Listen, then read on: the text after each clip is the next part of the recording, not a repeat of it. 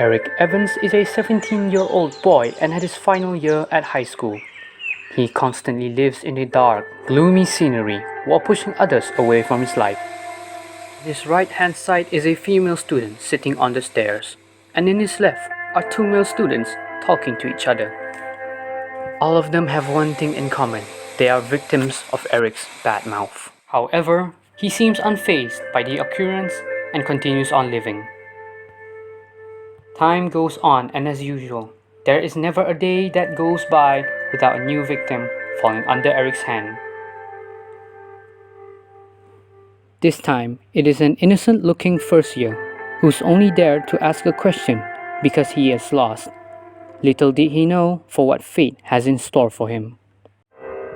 That, my friends, is Eric Evans, whose mouth bears no difference than that of a snake.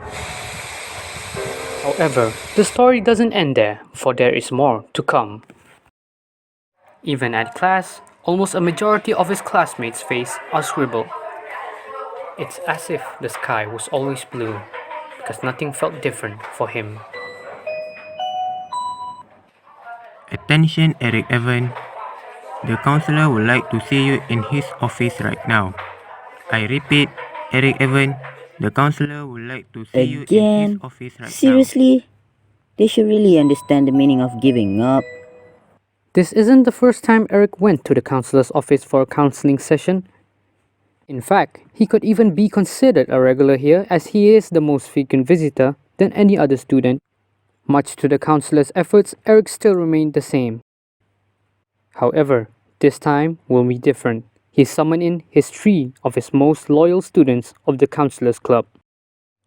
Those being Sarah Jessica Williams, a bright 17-year-old happy-go-lucky student; Michael Adams, a cunning and skillful student of the same age; and that is I, Ryan Riss, a receptive and kind-hearted student, also of the same age.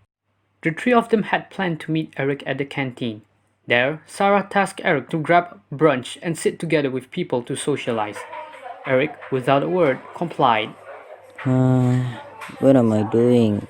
Why would they waste their time with me?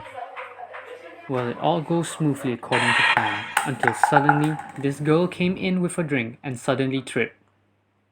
And as usual, Eric was infuriated, even when being asked for forgiveness. He just spits out the meanest words he could think of. This left the girl to be scarred for her life, and which made her run away. Well, the plan at the canteen was busted. We didn't give up. This time, we went to the school's porch. Sarah then tasked Eric to assort the trashes to its respective places. Eric was getting restless. He sees no gains in this plan of ours. He had enough. He doesn't see what is beneficial of what he is going through. He was angered, and he started blaming Sarah. And at that moment, Eric snapped. Eric was embarrassed, so he ran away. Being the counselor's club president left me no choice but to chase him. At last, I stumbled upon the sports equipment room. Then I took a peek at inside and I saw Eric, questioning why I was so determined at helping him. As I come in, Eric then shouted at me to leave me alone, and he ran off, leaving me behind. I have been chasing Eric for minutes now. He finally stopped at the middle of the field due to exhaustion. Tired, I had to stop chasing before overexerting myself too. He then started asking on why did we still cared for him, even if there's no hope for himself. He said he's been like this ever since he was young. Oh, how I was foolish to let something so obvious pass by me. He needed help. He may have done bad things in the past, but without guidance. I felt only sympathy for Eric because he was never even thought in the first place.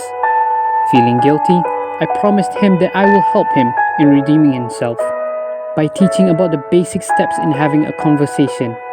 This is because I believe that in order to regain trust is by showing your best mannerisms.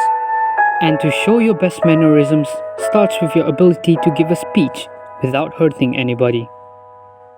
And he finally gave in. Eric can now finally accept those around him to help.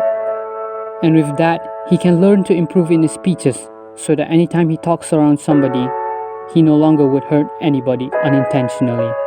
After a while, Sarah and Michael were searching for us and finally met us at the field. Sarah and Michael apologized to Eric for being too harsh on him, but Eric said it was his fault all along. Sarah and Michael gave a hug to Eric. We then continued viewing the clock tower together with a new and improved Eric Evans.